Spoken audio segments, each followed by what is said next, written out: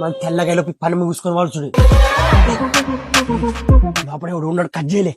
నువ్వే కలిసి first room లో నుంచి చక్కగా